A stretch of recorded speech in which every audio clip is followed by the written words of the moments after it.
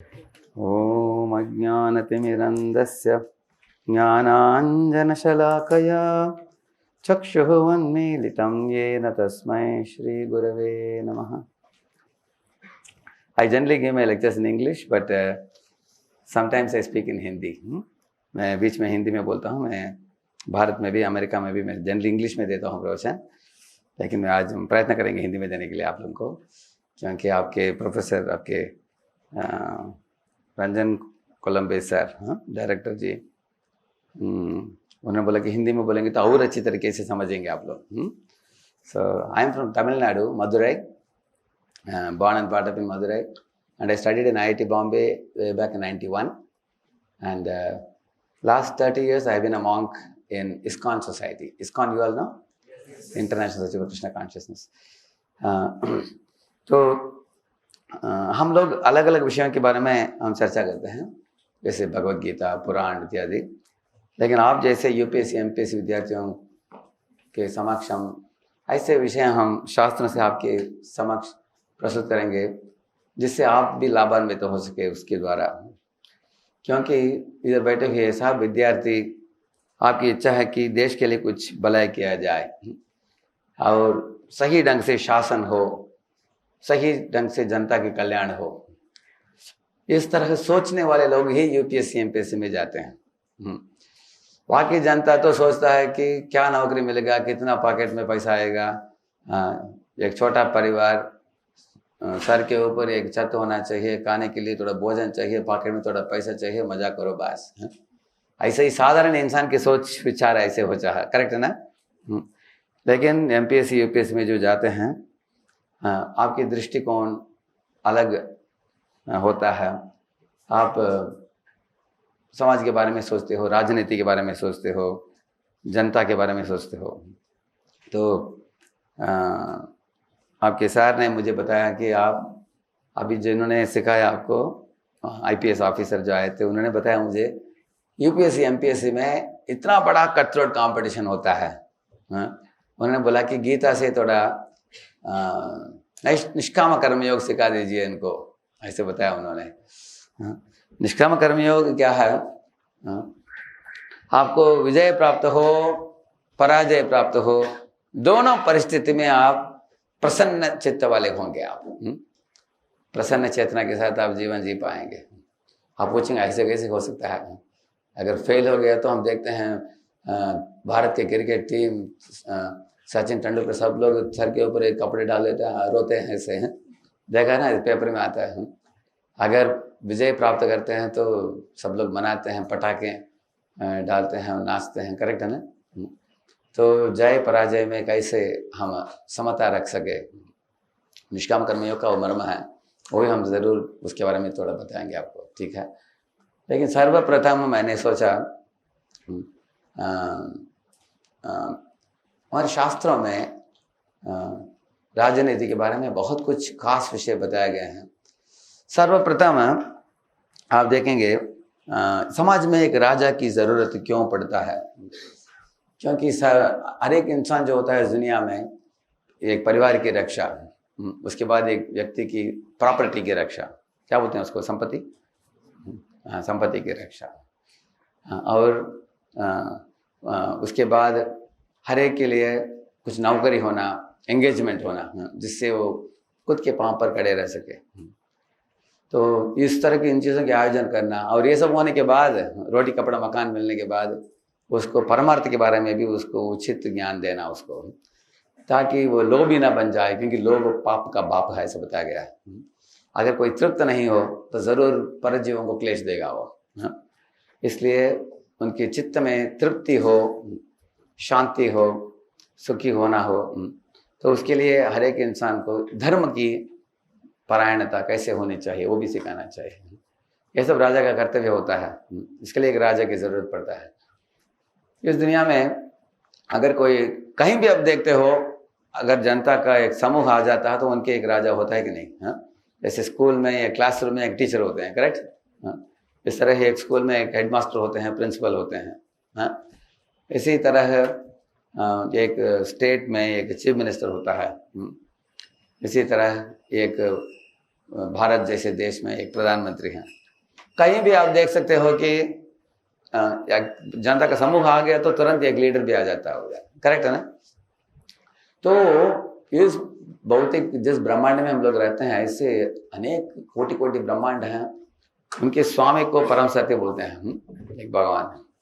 लेकिन राजा जो बनता है वो उस परम सत्य का प्रतिनिधि बनना चाहिए वो, इसलिए उसका नाम वेद में दिया गया है नरदेव करके। नरदेव का मतलब है, नर का मतलब मनुष्य, लेकिन देव जैसे उसको आदर दिया जाता है उसको। क्यों?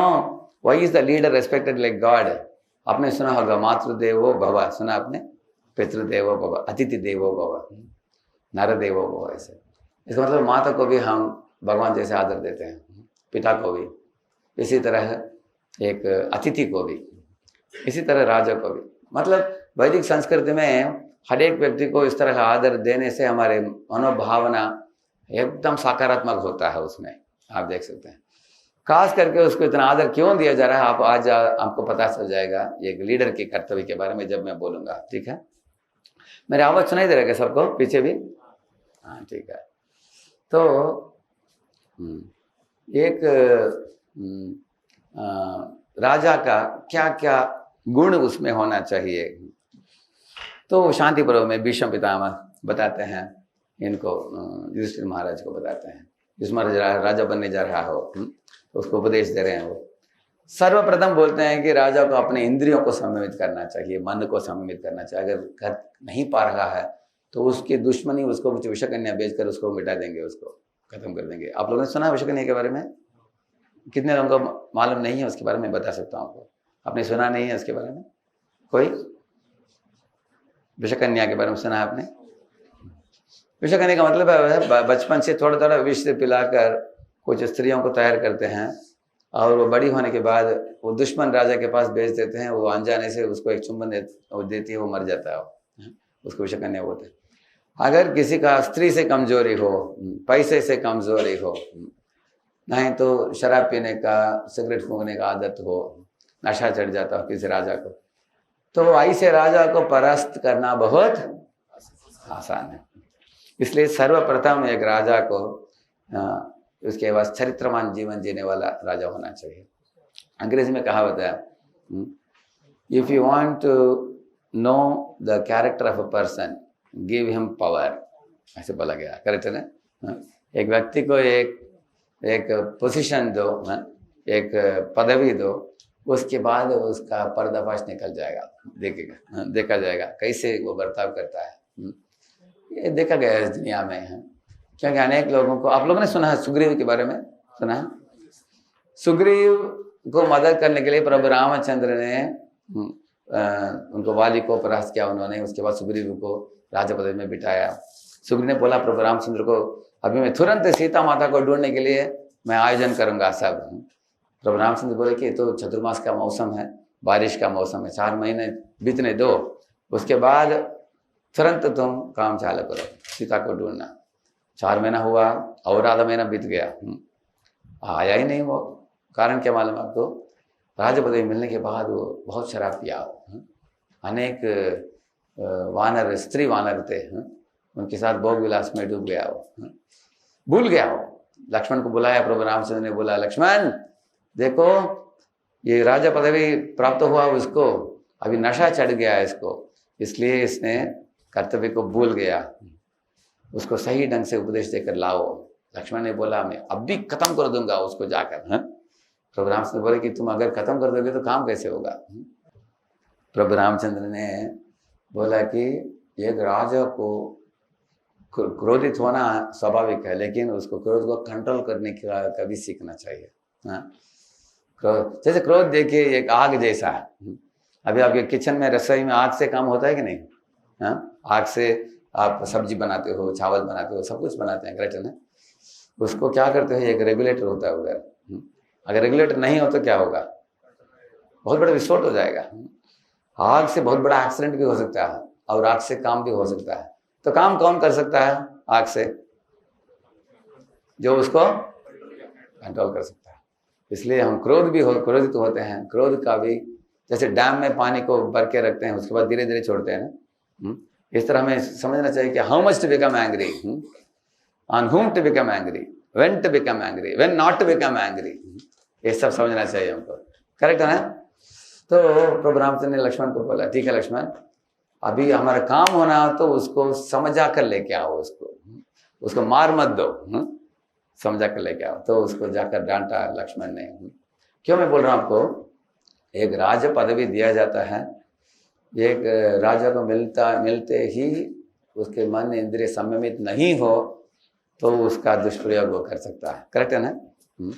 तो इसलिए सर्वप्रथम राजा को अपने मन और इंद्रियों को संयमित करना चाहिए। एक राजा थे, उनका नाम था चित्रकेतु। तो एक बार एक अंगिर मुनि आए उनके पास, देखा कि बहुत शोकामग्न था ये राजा। पूछा कि राजा, तुम्हारे चेहरे में मुस्कान नहीं है, क्या हो गया बताओ, तुम खुश नहीं दिख रहे हो। तब उन्होंने पूछा, क्या तुम्हारे मंत्री, तुम्हारे प्रजा, तुम्हारे अंडर में काम करने वाले सब लोग, वो लोग तुम्हारे साथ कोऑपरेशन दे रहे हैं कि नहीं? Are they all cooperating with you? तब उन्होंने बोला कि जब एक राजा अपने मन और इंद्रियों को जीत लिया हो, वो कोऑपरेशन ला सकता है सब लोगों में। If you conquered your mind and senses, then you can very easily bring cooperation amongst your subjects.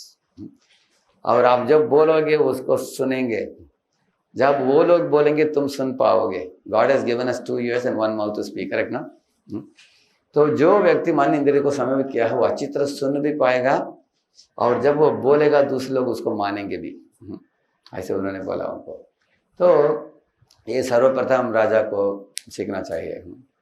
तो और महाभारत में ये भी बताते हैं राजा को 5 तरह के लोगों को सुरक्षा प्रदान करनी चाहिए, जैसे बच्चे, छोटे बच्चे, और स्त्रियां, और ब्राह्मण नहीं तो जो शिक्षक जो होते हैं, और गाय, और वृद्ध लोग।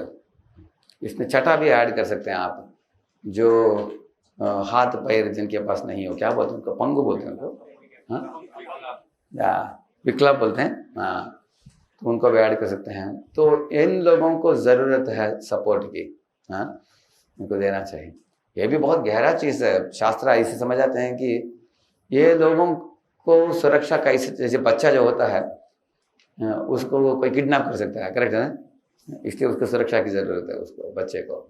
नहीं तो बच्चा किचन में भी कभी आग को छू लेता है, कभी चाकू को हाथ में लेकर सब्जी कटना चाहता है, माँ जैसे उंगली को कट लेता है, वो खुद को भी वो उसको तकलीफ दे सकता है, वो, करेक्ट है ना? दूसरों से भी उसको तकलीफ है, खुद से भी तकलीफ बच्चे को, इसलिए उसकी सुरक्षा की जरूरत है बच्चों की। इसी तरह स्त्री जो होती है वो, उसको कोई पुरुष बलात्कार ना करे। शायद आपको मालूम होगा जब गैंग रेप हुआ था हैदराबाद में, वो 3 लोगों को जंगल में लेकर शूटिंग कर दिया, मालूम आपको?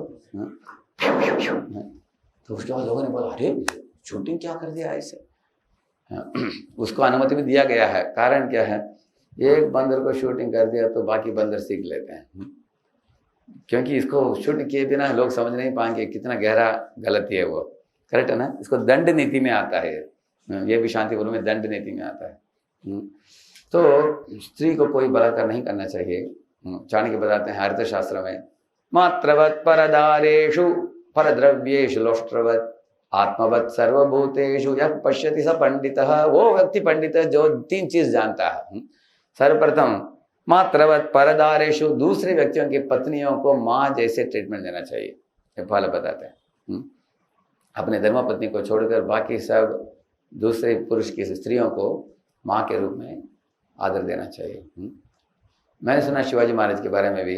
एक बार देखिए शिवाजी महाराज की आदत ऐसा है, एक बार वो लोगों ने देखा एक चर्च था, एक मॉस्क था, उस एरिया में लोगों ने पूछा हमें क्या करना चाहिए, जाकर तोड़ना चाहिए? वो बोले कि ये तो धर्म का स्थान है वो, जिसे लोग आकर इकट्ठित होते हैं धर्म के लिए, उसको तोड़ा मत बोला उन्होंने। और एक खूबसूरत स्त्री को लेके आकर उनके समक्ष प्रदर्शित किया, देखिए बहुत खूबसूरत स्त्री मिली। उन्होंने डांटा, मतलब अरे मूर्ख, किसी और की पत्नी को लेके जाकर मेरे पास भोगने के लिए लेके आकर देते हो, तुमको अकल होना चाहिए। बोले कि ये तो पूजनीय है। सो मात्रवत् परदारेषु, क्योंकि वो धर्म जानते थे वो, करेक्ट है ना। परद्रव्येषु लोष्ट्रवत् का मतलब क्या है? दूसरे लड़कों के पॉकेट में हाथ मत डालो। बोलते हैं कि उसका कैसा है, जैसे कचरे के डब्बे में कोई हाथ डालेगा कभी, वो कचरे के डब्बे बोल रहे हैं वो, दूसरों के पॉकेट को कैसे ट्रीटमेंट देने से, कचरे के डब्बे जैसे, कभी मत हाथ डालो। आजकल तो लोग फ्रेंड्स को लेके जाकर कैंटीन में पैसा खाली कर देते हैं पॉकेट का, है? लेकिन बताते हैं मात्रवत परद्रव्येषु लोष्ट्रवत्, दूसरों के पैसा कभी छूना नहीं चाहिए। इसके लिए एक एक्सट्रीम उदाहरण दूंगा मैं आपको। कितने वैदिक संस्कृति में लोगों का चरित्र कितना श्रेष्ठ था। आप लोग जानते हैं चाणक्य, करेक्ट है ना। चंद्रगुप्त मौर्य के राज्य में चाणक्य उनके मंत्री थे। तो शिवाजी महाराज के जैसे समर्थ रामदास उनको उपदेश देते थे, जैसे वशिष्ठ उपदेश देते थे दशरथ जी को, ऐसे। तो ये एक दिन की बात है, युवान चुवांग करके एक हिस्टोरियन आया था, मालूम है ना आपको? हाँ, तो वो आया था इनको मिलने के लिए, चंद्रगुप्त मौर्य को मिलने के लिए। बोला कि आपके मंत्री से मैं मिलना चाहता हूँ। सब लोग बोल रहे हैं कि आपकी सक्सेस के पीछे कौन है? आपका बुद्धिमान मंत्री है चाणक्य। उनके महल किधर है, थोड़ा दिखा दीजिए। वो बोला महल की बात कर रहे हैं, वो तो महल में रहते ही नहीं हो। किधर रहते हैं? बोले जंगल में रहते हैं।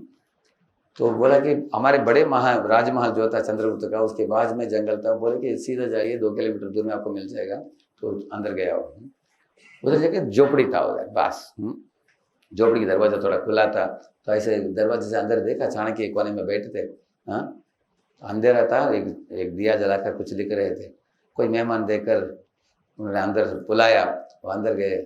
चाणक्य ने उनको दूसरी ओर बिठाया उनको। वो बोले कि उधर जाकर बेटी मैं आता हूँ। तो इस दिया को बुझाकर दूसरा दिया को जलाया उन्होंने बात करने के लिए। तो युवा चौंग ने पूछा कि आप, एक दिया तो जल रहा था, उसको क्यों बुझाया आपने? बोला कि वो सरकार का दिया है, ये मेरे पर्सनल, मैं तो ब्राह्मण हूँ, जो भी दान में आता है वही यूज़ करता हूँ मेरे पर्सनल काम के लिए। इसका मतलब देखिए कितना वो लोग दूसरे लोगों के पैसा छूते ही नहीं थे, करेक्ट है ना। आज कितना ज़माना बदल गया, देखिए हैं कितना बिगड़ गया दुनिया आज।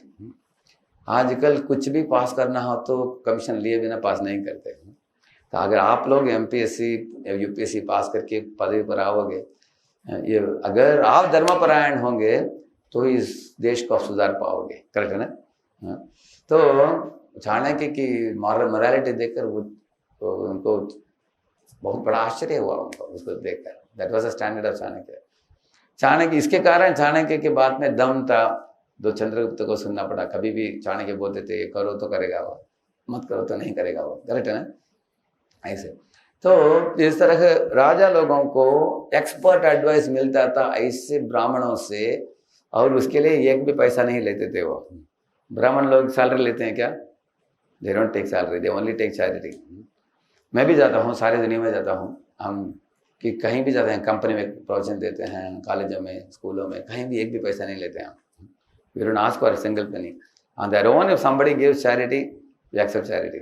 क्योंकि हम कल के बारे में सोचते नहीं है। हम सोचते हैं कि भगवान के प्रतिनिधि बनकर दुनिया को कल्याण कैसे किया जाए। उसके बाद हम ऐसे, अगर हम what do you call it, you play a transparent role, then it is God's duty to take care, correct ना? तो जैसे आप लोग इधर पढ़ते हो, आपके पिताजी आपको पैसे देते हैं कि नहीं? अगर पिताजी भी अपने बेटा बेटी को संभालता है तो भगवान अपने पुत्रों को क्यों संभालेंगे नहीं, करेक्ट है ना। अगर उनका काम अगर हम करते हैं तो इस तरह ब्राह्मण लोग सोचते थे। इसलिए ब्राह्मणों की सुरक्षा चाहिए, स्त्रियों की सुरक्षा, बच्चों की सुरक्षा, और वृद्ध लोगों को चिंता नहीं होनी चाहिए। वृद्ध लोगों को वृद्धावस्था में चिंता नहीं होना चाहिए कि मुझे कौन संभालेगा। ऐसे वृद्धावस्था में उनको धर्म की पथ में चलकर शांति से देह त्याग करके इस दुनिया से मुक्त होकर सब दुखों से निवारण पाने के लिए, भगवत कैंकर्य में जुड़ने के लिए उनको शांत मन चाहिए उनको, वृद्ध लोगों का। ऐसे इसी तरह विकलांग बोलते हैं उनको, बड़ी कॉल विकलांग जो होते हैं उनके लिए भी। तो इस तरह राजा इन लोगों के बारे में सोचता था। सर्वप्रथम first you have to think about the protecting and cows also, गाय के समूह में भी। तो इस तरह उसके बाद जनता की सुरक्षा, चोर डकैती लोगों को चोरी करने के लिए छोड़ना नहीं चाहिए। इसका मतलब हर एक की संपत्ति उनके पास रहता है, वो रहना चाहिए, कोई हाथ नहीं लगाना चाहिए उसके ऊपर, करेक्ट है ना। That means governance, law and order should be perfect. इसको बोलते हैं हम, ये एक राजा का 3 कर्तव्य है। You can remember the PAW, protection, administration, welfare, 3 चीज़ है। तो प्रोटेक्शन देना अभी बताया मैंने आपको। एडमिनिस्ट्रेशन का मतलब है लॉ एंड ऑर्डर, जो नीति, करेक्ट नीतिमान। राजा को बताया गया कि अनावश्यक एक निरपराधी को दंड नहीं देना चाहिए। हाँ, अनावश्यक। कभी कभी क्या होता है, जो गलती किया वो बच जाता है, जो निरपराधी है वो फंस जाता है, दंड उसको दिया जाता है अनजाने से। तो राजा requires a very cool head. मैंने एक कहानी सुना, एक सोलोमन करके एक राजा था। उसके बाद उसके पास एक 2 स्त्रियां आई थी। दोनों स्त्रियां बोल रही थी कि ये बच्चे मेरा है। क्या एक बच्चे 2 माता को हो सकती है? कभी कभी हो सकता है ऐसे, कभी 2 बच्चे की 1 माँ हो सकती है, लेकिन 2 माता के 1 बच्चा कैसे हो सकता है? तो राजा के समक्ष लाया गया वो। तो दोनों को देखा, दोनों रो रही थी, चिल्ला रही थी, बोला कि मेरा है मेरा है, ऐसे। बड़ा आश्चर्य हुआ उनको। तो उन्होंने एक उपाय ढूंढ निकला। उन्होंने बोला कि ठीक है, आप दोनों मांग रही हो, इस बच्चे को काट कर आधा तुमको आधा इनको दे देते हैं, ठीक है क्या? ऐसे पूछा उन्होंने। तो एक स्त्री बोल रही थी ठीक है, बोली वो। दूसरी जोर से रोने लगी। दूसरी वो बोले कि अरे राजा, आप क्या बात कर रहे हो आप, ऐसे सोचना भी नहीं चाहिए। वो बोले कि बच्चा तो मेरा है, लेकिन उसको काटो मत, मैं उसको दे देता हूँ। उसके पास अगर रहेगा मेरा बच्चा, कम से कम कभी कभी मैं जाकर देकर आ सकती हूँ, उसके पास रहने दो, ऐसे बोली। तुरंत राजा ने बोला बच्चा इसका ही है, क्योंकि चाहती है कि इसको काटना नहीं चाहिए। और दूसरी वाली क्यों माँ बोल रही थी मेरी बच्चा है? क्योंकि वो बंजर थी। बंजर बोलते हैं उसको, और बंजर क्या बोलते हैं? बैरन, बांझ बोलते हैं उसको। वो बांझ थी, इसके कारण उसका बच्चा नहीं हुआ। इसलिए अचानक एक बच्चे को उठा लिया हॉस्पिटल से, बोला कि मेरा ही बच्चा है, ऐसे बोल रही थी वो। तो उसको बोला इसको जेल में डालो उसको, झूठ बोलकर ऐसे आई है सामने। तो मैं क्यों बोला आपको, राजा के अंदर, राजा should be shrewd. You know what is shrewd? In दक्षता, करेक्ट। राजा को दक्ष होने चाहिए, उसके लिए बुद्धिमत्ता चाहिए, उसको बुद्धि सप्लाई करने वाले बुद्धिमान चाणक्य जैसे लोग चाहिए उसको, to give good expert advice. Protection देना चाहिए। एडमिनिस्ट्रेशन मतलब है लॉ एंड ऑर्डर ऐसे होनी चाहिए कि कुछ राजा लोग इतने स्ट्रिक्ट है, eye for an eye and a tooth for a tooth. Nebuchadnezzar सुना आपने? ऐसे एक राजा था। ऐसे जितना लॉ एंड ऑर्डर स्ट्रिक्ट होगा, देश में लोग गलती नहीं करेंगे, वो डरेंगे लोग। गांधी ने एक स्टेटमेंट बोला, शायद आपको मालूम होगा, कब ऐसे समय आएगा एक खूबसूरत स्त्री ऐसे आभूषण इत्यादि पहनकर, हाथ में कंकन, नेकलेस इत्यादि पहनकर एक पेड़ के नीचे रात को 12 बजे सो सकती है और उसके ऊपर कोई हाथ नहीं रखेंगे। ऐसे कब समय आएगा? ऐसे गांधी ने एक बार स्टेटमेंट दी थी उन्होंने। उन दोनों में ऐसे समाज में ऐसे था कि as soon as you touch a woman, immediately your hand will be cut। ऐसे जमाना था वो। आजकल बहुत बदल गया। आजकल संपत्ति के लिए भी सुरक्षा नहीं है, स्त्रियों के लिए भी सुरक्षा नहीं है। और इसलिए मैंने बोला protection, then administration, law and order should be perfect. Third one है W इज वेलफेयर। वेलफेयर का मतलब है सर्वप्रथम सबको भोजन चाहिए, करेक्ट है ना? पानी चाहिए, और सबके लिए फूड, क्लोथिंग, शेल्टर, सबके लिए झोपड़ी चाहिए, रहने की व्यवस्था चाहिए सबके लिए। So king has to make that. लेकिन ये सब करने के बाद भी आप देखेंगे इस दुनिया में लोभ नाम का चीज आपने सुना है, लोभ होता ही है इस दुनिया में। अभी कौरवों के पास क्या नहीं था, फिर भी युधिष्ठिर महाराज बहुत समझदार राजा थे, फिर भी आधा राज्य कौरवों को दे सकते थे वो। कितने लोग आप लोग जानते हो कि युधिष्ठिर ने बोला दुर्योधन को 5 गांव मुझे दे दो, बाकी सब तुम रखो। कितने लोगों ने सुना है? करेक्ट है ना? वो देने के लिए तैयार था क्या वो? उसने क्या बोला मालूम है आपको? You know what he said? सुई के बराबर में नहीं दूंगा मैं। ये कितना मूर्खता हुआ। अगर 5 गांव देकर बाकी सारी दुनिया को चला सकता था, इतना लोभ था उसके अंदर कि उसने सोचा कि पांडवों को मिटाकर मैं शासन करूंगा सारे दुनिया की। तो राजा के अंदर ऐसे लोभ नहीं होनी चाहिए, करेक्ट है ना? तो इसके कारण दुर्योधन और सब भाई मार मिटे, सब के सब, करेक्ट है ना? युद्ध हुआ, सब मार मिटे, ऐसे आप देख सकते हैं। लेकिन मैं बता रहा था क्योंकि युधिष्ठिर महाराज he was so sense control, mind control, he was ready to वो आधा राज्य देते ही थे कौरवों को, करेक्ट है ना। अगर उनको राजा बनाएंगे, ऐसे लोग भी राजा नहीं थे कि मैं ही शासन करूंगा, सब लोग मेरे लिए ताली बजाओ बस, ऐसे राजा नहीं थे वो। सबको एम्पावर करने वाले राजा थे वो। He was empowering king. तो हम पढ़ते हैं युधिष्ठिर महाराज के बारे में, परीक्षित के बारे में, गया महाराज, अम्बरीश महाराज, ऐसे अनेक राजाओं के बारे में वर्णन है श्रीमद् भागवत में। तो वो प्रजानाम पितृवत्सल ऐसे बताया गया, प्रजा को अपने बच्चे जैसे वो ट्रीटमेंट देते थे वो। जैसे माता पिता अपने बच्चों को कैसे संभालते हैं, ऐसे प्रजा को संभालते थे वो लोग, ऐसे बताया है शास्त्र में। तो गीता में एक श्लोक है, मैं आपको विनती करूंगा, आप लोग पीछे दोहराइए। यद्यदाचरति श्रेष्ठः,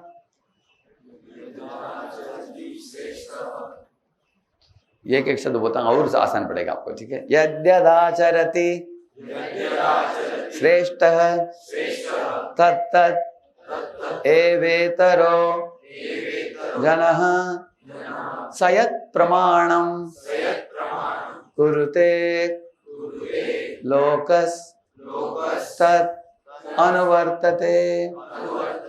इधर भगवान श्री कृष्ण अर्जुन को बताते हैं, अर्जुन, राजा, a king is a trendsetter and the masses are followers, ऐसे बताते हैं। राजा जो है एक आदर्श उदाहरण प्रस्तुत करता है और जनता क्या करता है, उसको नकली करता है। उन्होंने जो राजा जोर देता है तो प्रजा उसको फॉलो करता है। इसलिए राजा लोगों को आदर्श उदाहरण सेट करना चाहिए, बताते हैं। अगर माता पिता कुछ टेलीविजन पे गंदे चीज देख रहे हैं तो बच्चा भी वही देखता है, बड़ा होने के बाद सोचता है कि माता पिता कर रहे हैं, हम भी वही करेंगे। अगर पिता सिगरेट फूंक रहे हैं, बच्चा भी सिगरेट फूंकेगा, तुरंत वही सीख लेते हैं, देख कर सीखते हैं। तो लीडर जो होता है उसके आदर्श को जनता फॉलो करता है, ऐसे बताते हैं। आप लोग जानते हो, अर्जुन ने भगवान कृष्ण को बोला कि हम युद्ध नहीं करना चाहते, हम जंगल में चले जाते हैं वापस, जनता को कष्ट क्यों दे, छोड़ दीजिए, दुर्योधन को शासन करने दे। भगवान ने बोला नहीं। भगवान बोले उनको, देखो दुर्योधन जब राज्य पदवी स्वीकारने की योजना थी उसको, उस समय द्रौपदी को सबकी सभा में समक्ष लेके आकर वस्त्रहरण करने के लिए प्रयत्न की, करेक्ट है ना, आप लोग जानते हैं। अगर राजा करता तो यथा राजा तथा प्रजा, तो वही प्रजा भी वही करेगा, स्त्री को अपमानित करेगा, जनता को सुरक्षा नहीं प्रदान करेगा, जनता को लूटेगा, शराब पिएगा, सब करेगा ऐसे। इसलिए उसको शासन करने के लिए छोड़ना नहीं चाहिए। हम कौन शासन करना चाहिए? युधिष्ठिर महाराज, जो धर्मपरायण होता है वो शासन करनी चाहिए, ये भगवान की इच्छा थी। तब युधिष्ठिर ने पूछा, अगर ये सब लोग रणभूमि में मर जाएंगे तो उनकी स्त्रियां विधवा हो जाएंगी, तो उनकी सुरक्षा कैसे प्राप्त होगा?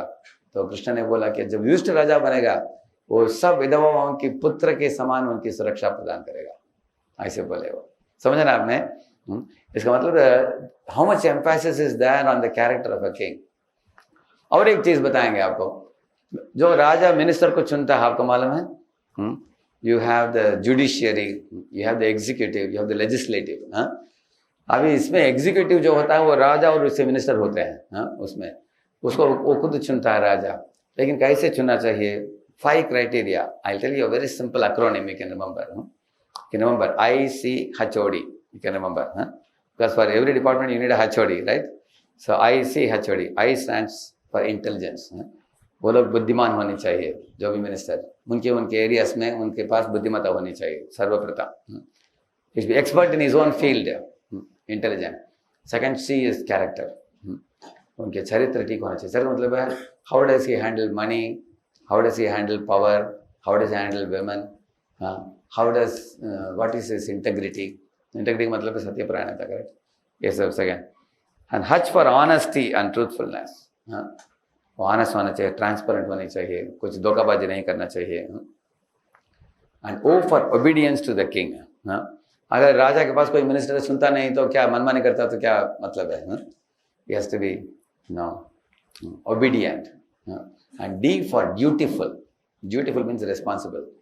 क्या बोलते हैं हिंदी में? जवाबदारी बोलते हैं। Responsible जवाबदारी है, जिम्मेदार, लापरवाही नहीं होना चाहिए। So who can remember this 5? I for intelligent in his own field.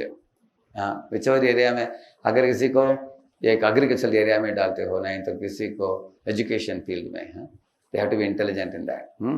And C for character या चरित्र, and H honesty, O obedience, D dutiful. ये 5 क्राइटेरिया था मिनिस्टर को चुनने के लिए। तो आप गीता में भी पढ़ेंगे, भगवद गीता में भगवान बताते हैं क्षत्रिय राजा के क्या क्या गुण होने चाहिए। शौर्यम तेजो धृतिर्दाक्ष्यम युद्धे चापि पलायनम दानम ईश्वर भावश्च क्षात्र कर्म स्वभावजम। बताते हैं अर्जुन, शौर्यम का मतलब है वेरी चाइवल्ड्रस। जब धर्म की स्थापन के लिए युद्ध में जाकर लड़ने के लिए डरना नहीं चाहिए, शूरता होनी चाहिए उसमें है। तो उस जमाने में मराठा लोग थे, राजपूत थे और सिख लोग थे, करेक्ट है ना। भारत में ये 3 लोग क्षत्रिय लोग थे। तो भारत में अभी भी कुछ संस्कृति बचा हो तो इन लोगों का बड़ा हाथ है कि नहीं, करेक्ट है ना। अगर नहीं तो पता नहीं कितना और बिगड़ता था हमारे भारत में। क्षत्रिय राजाओं का धर्म होता है धर्म की सुरक्षा, करेक्ट ना। शौर्यम, तेजो मीन्स इन्फ्लुएंस। तो लीडर कौन है उसके बाद बाकी लोग मानते हैं वो लीडर है। ऐसा नहीं कि जैसे रेलवे स्टेशन में आप जो गाड़ी देखते हो, अगर इंजन जाता है अकेला, पीछे कुछ भी बोगी नहीं है, जाता आगे, क्या मतलब है। So leader should not be having unshared vision. His vision should be shared with the people. इसलिए हमारे भारत के प्रधानमंत्री क्या करते हैं, मन की बात, करेक्ट है ना। क्यों सुनते हैं, आप जैसे लोग शायद अनेक आइडियाज देते होंगे आप लोग, करेक्ट है ना। ये करना चाहिए, वो करना चाहिए। क्यों सुनते हैं, क्योंकि दूसरों को सुनकर उसके बाद निर्णय लेने से then you can have a shared vision, then you are a leader. Otherwise you are a leader and you turn behind and see there is nobody. You agree? You understand? तो शौर्यम तेजो, धृति का मतलब है डिटर्मिनेशन। एक निर्णय लिया आपने, अगर उसको पूर्ति करने में हिचकिचाना नहीं चाहिए। अगर ये सही चीज़ है तो करना ही चाहिए। कुछ लोग आपके विरुद्ध बोलेंगे, कुछ लोग अच्छा बोलेंगे, बुरा बोलेंगे। Once you know that this is the truth, we should have determination to stick to it. और दाक्ष्य मतलब श्रूडनेस, एक्सपर्टिस। युद्धे चापि पलायनम, कभी भी डरना नहीं चाहिए, युद्ध को छोड़कर नहीं भागना चाहिए। उस जमाने में अगर कोई राजा युद्ध के लिए गया, अगर भागते हुए वापस लौट आया और दुश्मन ने उसको तीर चला दिया पीछे, तो रानी अंदर अलाउ नहीं करती थी उसको। अरे तुम्हारा तीर पीछे लग गया, निकल जाओ अभी, तीर इधर लगना चाहिए, इधर नहीं। ऐसे तो you need the boldness. And ईश्वर भाव मतलब leadership quality, leadership quality. Raja should be humble and bold also. Raja should be polite and firm, courageous and considerate, and fierce and mild. उसके पास 2 क्वालिटी होना चाहिए, दोनों। You should know when to be mild, when to be fierce. And king has to be generous, king has to be liberal, king has to be understanding. King should not micromanage. He should also empower the other people to do things. ऐसे राजा के अनेक गुण बताए गए हैं। तो राजा और उनके मिनिस्टर ये सब लोग साथ में धर्मपरायण होते हैं, तो सारे देश को आगे चलाना बहुत आसान है। तो इसमें शांति पर्व में बताते हैं there are totally 365 chapters इसमें। इन 365 चैप्टर्स में राज धर्मानुशासन पर्व और आपद धर्म अनुशासन पर्व और मोक्ष धर्म पर्व, ये 3 मेन डिविजन्स है उसमें। Chapter 1 to 130 you see, and then 131 to 173, and then chapter 174 to 365। तो टोटली 365 चैप्टर्स। मैं आपको ये क्यों बता रहा हूँ, हमारे महाभारत में अनेक चीज़ें इस तरह सीखने लायक चीज़ें हैं, जैसे जो लोग हमारे देश को अच्छी तरीके से चलाना चाहते हैं। और लेकिन महाभारत का सार है भगवद गीता। अगर आप पूरा महाभारत पढ़ नहीं पाओगे, वो बहुत विशाल ग्रंथ है वो, लेकिन गीता में भगवान उसको उसके क्विंटेसेंस बोलते हैं, इसको खास विषयों को निकाल कर एक छोटे ग्रंथ के रूप में देते हैं। उसमें बताया गया है कि हर एक इंसान को कैसे जीवन जीना चाहिए। जैसे आपके प्रोफेसर ने मुझे बोला 2 शब्द बताइए निष्काम कर्मयोग के बारे में, उसके बारे में मैं आपको 5 मिनट बताता हूँ। आप लोग एक उदाहरण बताएंगे, उससे आपको आसानी से समझ में आएगा। आप लोग हनुमान को जानते हो, करेक्ट है ना। तो हनुमान को पूछिए हु आर यू, वो क्या बोलेगा, वो आई एम रामदूत बोलेगा, I am messenger of Rama. वही बोला उन्होंने रावण को। रावण ने पूछा उसको, कौन हो तुम, पूछा। वो बोला, दासोहम कौशलेंद्रस्य, ऐसे बोला उन्होंने, मैं दास हूँ किसका, कौशलेंद्र का मतलब है कौशल देश के राजा प्रभु रामचंद्र, उनके मैं दास हूँ। वो पूछा उन्होंने। हाँ, दूसरा चीज आप पूछ करते हैं, व्हाट डू यू डू, आप पूछते हो दूसरा, व्हाट डू यू डू, तो क्या बोलेगा, I do whatever work Lord Rama has given me to do. प्रभु रामचंद्र ने जो काम मुझे दिया वो मैं करता हूँ। How do you do that work, with best of my intelligence, with hard work, with sincerity, commitment and dedication, I will do the work. What will you do with the work? What will you do with the result? I will hand it all over back to Ram, because it is by his empowerment I am doing this work. उनकी शक्तिपात से ही मैं कुछ भी कर पा रहा हूँ, ये मेरी क्षमता नहीं है, ये इस अनुमान का। अभी हमारे जीवन में भी एक उदाहरण देंगे। मैं अमेरिका में था रिसेंटली, एक हम यूनिवर्सिटी में गए थे, हम विद्यार्थियों को प्रश्न पूछ रहे थे। तो किधर था वो, टेक्सास में था, टेक्सास में एक यूनिवर्सिटी में। तो मैंने उनको पूछा कि आप एक जमींदार के पास चले जाओ और एक माली बनो उनके बगीचे में, और जमींदार आपको बीज देता है, बोलता है कि बीज को बोकर तुम फूल उगाना इसके लिए, और पानी का होस पाइप भी दे देता है वो आपको, एक ग्राउंड भी दे देता है। अभी आप बीज बोते हो, पानी सिंचन करते हो, पौधे निकलते हैं और फूल निकलता है, किसका होगा, मैंने पूछा। एक लड़का हाथ ऊपर बोला कि मेरा, बोला उसने। अच्छा, फूल आपका होगा? मैंने पूछा, बाकी लोगों को पूछा, फूल किसका होगा, पूछा, आप लोग बताइए किसका होगा फूल? फूल आपका होगा और मालिक का होगा? कितने लोग बोलते हैं मालिक का? हाथ ऊपर कीजिए, हाथ ऊपर कीजिए। कुछ ही लोग बोल रहे हैं मालिक का। कितने लोग बोलते हैं कि फूल आपका होगा? उसके लिए भी हाथ ऊपर नहीं है। तो तीसरा और एक क्या ऑप्शन है आपके पास? किसका? हाँ, किसका? किसका? हाँ, अच्छा, ये बोलते हैं म्यूचुअल, दोनों का होगा बोलते हैं।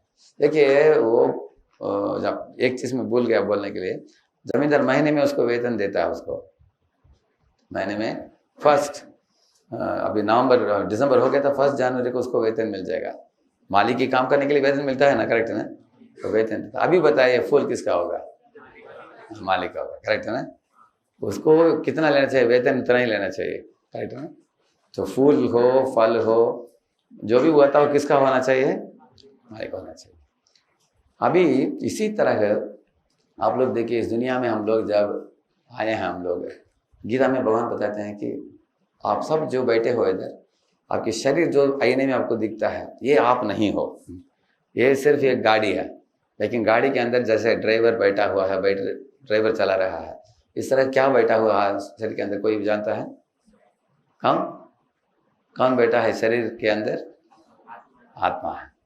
आत्मा इज द रियल ड्राइवर। आत्मा अजर है, आत्मा अमर है, वो शाश्वत है। आप कहीं से लेकर आत्मा को काट नहीं सकते, आग से जला नहीं सकते। ऐसे गीता में भगवान सिखाते हैं। द रियल आइडेंटिटी इज आत्मा। आत्मा नेवर डाइज। जैसे एनर्जी के बारे में आप लोगों ने सुना होगा, energy disappearing in one form, reappears in another form without any loss और gain, correct? Energy can either be created, जानते हैं ना, करेक्ट ना? इसी तरह आत्मा स्पिरिचुअल एनर्जी है, एक स्पिरिचुअल व्यक्ति है, वो व्यक्ति कभी भी मरता नहीं। गीता में पहले भगवान सिखाते हैं। तो वो बताते हैं, वो आत्मा का 2 प्लेटफॉर्म है, एक स्पिरिचुअल, एक मटेरियल है। स्पिरिचुअल प्लेटफॉर्म में आत्मा एकदम परिशुद्ध होता है। मेटल प्लेटफॉर्म में जब आता है, उसके ऊपर एक आवरण आ जाता है। जैसे अगर कोई, मान लीजिए कोई गंदा साक्स पहनकर ये हॉल के अंदर आ गया कोई, सब लोग अपने नाक पकड़ेंगे, अरे देखो ये कितना बास आता है इसके शरीर से। उसके शरीर से नहीं, उसके सॉक्स से आता है। आप बोलो उसका, अरे बाहर जाकर सॉक्स को निकाल कर आओ, तो निकालता है, पानी से धो लेता है, पाँव अंदर आता है, तभी दुर्गंध निकल जाता है, करेक्ट है ना? इसी तरह आत्मा शुद्ध है, लेकिन आत्मा के ऊपर एक मन का आवरण आ गया है। उस मन में अनेक दूषित चीजें हैं, जैसे काम, क्रोध, मद, लोभ, मोह, मत्सर्य। उसके कारण सब लोगों के व्यवहार ठीक ठाक नहीं है इस दुनिया में। कोई बहुत क्रोधित हो जाता है, कोई बहुत लोभी हो जाता है, कोई कामुक हो जाता है, और दूसरे जीवों को क्लेश देता है, करेक्ट है ना? हाँ? तो गीता में भगवान बताते हैं कि जैसे एक निर्मल बारिश का पानी जो हो निर्मल होता है, जमीन को छूते समय वो कीचड़ बन जाता है, लेकिन इधर एकदम निर्मलता हो। इस तरह आत्मा निर्मल है, लेकिन आत्मा के ऊपर आवरण आ गया। जब तक जनता में ये गंदगी का आवरण है, वो हमेशा they are going to be unreasonable in their behaviour. क्या बोलते हैं हिंदी में अनरीजनेबल बिहेवियर? अन्याय, अन्याय बोलते हैं। हाँ, स्वेच्छा से काम करेंगे वो।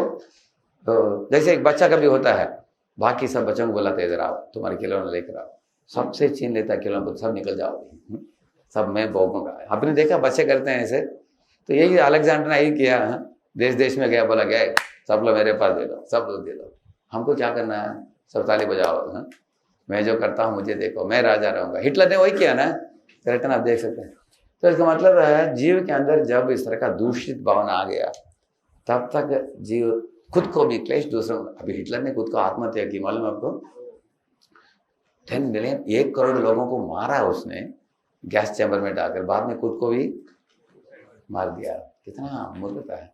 इसलिए गीता भगवान बताते हैं कि देखो, ये आत्मा के ऊपर जो आवरण आया है, इसको निकालना और आत्मा को अपने पुनः शुद्ध अवस्था में स्थापित करना, एक ही जीवन का लक्ष्य है। कुछ लोग उसको मोक्ष नाम से बोलते हैं, लिबरेशन बोलते हैं, और बताते हैं कि ये वैकुंठ का पदवी है, ये पतित अवस्था है। असतो मां सद्गमय, सुना आप लोगों ने? तमसो मां ज्योतिर्गमय मृत्योर्मां अमृतम गमय। ये मृत्यु रूपी दुनिया से हमें अमृतमयी वैकुंठ में जाना है, जिधर हमारा जीवन शाश्वत है। उधर कोई बुढ़ापा नहीं है, उधर मृत्यु नहीं है, उधर व्याधि नहीं है, और एक दूसरे को जीव क्लेश नहीं देते हैं। उधर सब आनंद के साथ जीते हैं, परम आनंद के साथ। जिकड़े तिकड़े चौबीकड़े, आपने सुना है? आनंद गड़ी गड़े, ऐसा सुना मैंने एक गीत, करेक्ट है ना? आनंदे आनंद गड़े, इकड़े तिकड़े चौकड़े में, हियर देयर एवरीवेयर, करेक्ट? हाँ, ये feel there only happiness everywhere. तो उस तरह की दुनिया को छोड़कर हम इधर आए हैं, इसलिए दुनिया में शासन की जरूरत है। इस दुनिया में उधर प्रेम ही शासन करता है, इधर काम होने के कारण शासन की जरूरत पड़ता है। Why there is governance in this world? इधर पॉलिसीज की जरूरत है, लेजिस्लेशन की जरूरत है, जुडिशरी की जरूरत है, इस तरह से, और एग्जीक्यूटिव की जरूरत है। तो आप लोग धर्म क्या है उसके बारे में साइड बाय साइड समझना चाहिए, ताकि जैसे रेलवे लाइन है, अभी रेलवे लाइन में there is material, there is spiritual, there is 2 lines. आपके जीवन में आत्मा आध्यात्मिक है, और भौतिक शरीर के भलाई के लिए भी कुछ काम करना है दुनिया में, करेक्ट है ना? तो बोथ आर वेरी इंपॉर्टेंट। इसलिए निष्काम कर्म योग क्या सिखाता है आपको? सर्वप्रथम मैं कौन हूँ, ऐसा हम पूछेंगे। मैं आत्मा हूँ, मैं शरीर नहीं हूँ, मैं भगवान का दास हूँ, ये पहला जवाब है। Who are you? I am आत्मा, I am servant of God. What do you do? I do work for God.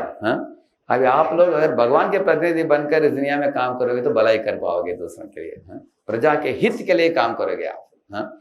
इसलिए धर्म और प्रजा हित, यही राजा का कर्तव्य है। You should only think about 2 things. How will I follow the धर्म? धर्म means what? You know, it's called as conformity and unity. Conformity with God and unity with all. That is called dharma. Align with Lord, Supreme Lord, and work unitedly with everybody. Don't give trouble to other creatures. Make everybody सर्वे जनाः सुखिनो भवन्तु, ऐसे। और भगवान की विधि विधान जो है उसके साथ अलाइनमेंट चाहिए। जैसे आपने ये कंपास देखा है, किसी भी दिशा में मुड़ ऐसे आ जाएगा, ऐसा करो ऐसा आ जाएगा, देखा आपने? In the same manner, if you are a Dharmaparayan leader, automatically you will come to that. If you know Bhagavad Gita, you will come to the true north always.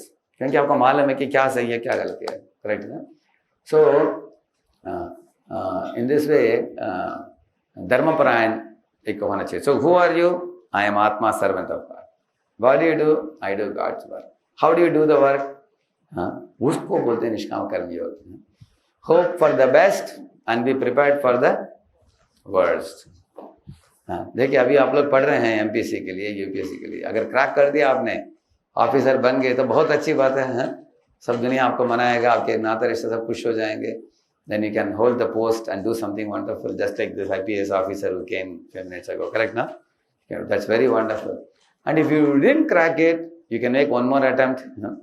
There is more opportunity. You tried once, twice, thrice, you tried. Nothing worked. See, academics is only a small part of your life. It is not everything. Career and academics is one part of life. Then there is time for entertainment. There is time to be with parents. There is time to be with God.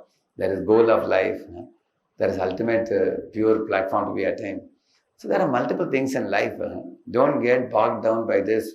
कुछ लोग आत्महत्या भी कर लेते हैं, अगर ये crack नहीं किया तो हम खुद को क्रैक कर लेंगे, हैं ऐसे करते हैं मूर्खता से, because anybody who commits suicide they become a ghost, that वो ghost बनते हैं वो, जो आत्महत्या करते हैं. तो इसलिए उधर भगवान सिखाते हैं कि आप बीज बोना चाहिए लेकिन बारिश देने वाला भगवान होता है. आप इंटरव्यू देना चाहिए लेकिन सिलेक्शन करने वाले पैनल दूसरा होता है. आप एग्जाम लिखना चाहिए लेकिन इन्विजिलेटर्स होते हैं जो पेपर चेक करते हैं, मार्क देंगे. करेक्ट है ना? It's a two way thing और one way thing? Two way thing. So it's not only in our hands. You do. So what is in your hand is how best you prepare and write. आप लिखने के बाद आपके हाथ में है क्या? वो आपके हाथ में नहीं है. जो मार्क देने वाले वो देंगे आप. So what Krishna says in Gita, you do your part very nicely, properly you do it. आपके so do your part and then depend on God for the result. That's all he says. So do your work with sincerity, with dedication, and with seriousness. And with a focus and concentration and with a calm, cool, collected mind. Actually, Gita में आपको ये सब मिलेगा, आपको self management. I'm not able to show that this thing, but I can give it to Radhesham. I can give it to him a sheet which will give you how to manage your anger, how to get focus, how to get concentration, how to calm your mind.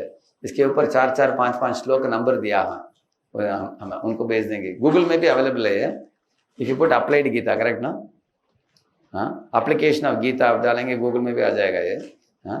तो वो sheet को लेकर आप भगवद गीता रखो साथ में, और साथ साथ आप देख सकते हैं, ठीक है, श्लोक का नंबर को लेकर उधर जाकर पढ़ेंगे, आपको आइडिया मिल जाएगा आपको. Okay, my mind is not getting concentrated or focused, so I will refer this shlokas and you read. It's like a very good life handbook. अभी के लिए भी आपको हैंडबुक रहेगा, जीवन भर साथ में आएगा, जीवन के बाद भी आएगा. इसलिए हमारे प्रधानमंत्री ने जापानीज प्रेसिडेंट को बोला कि there is no better book than this I can gift to you. Correct है ना? ऐसे बताया उन्होंने. So I can tell many more things, but I want to stop here for 5 minutes. Some question answer I can take 5-10 minutes. धन्यवाद. तर मी गुरुजींना विनंती करतो की त्यांनी प्रतिनिधी म्हणून सर्वांना मंदिराकडून आणलेले प्रसाद आणि फोटो द्यायचा आहे. Yeah.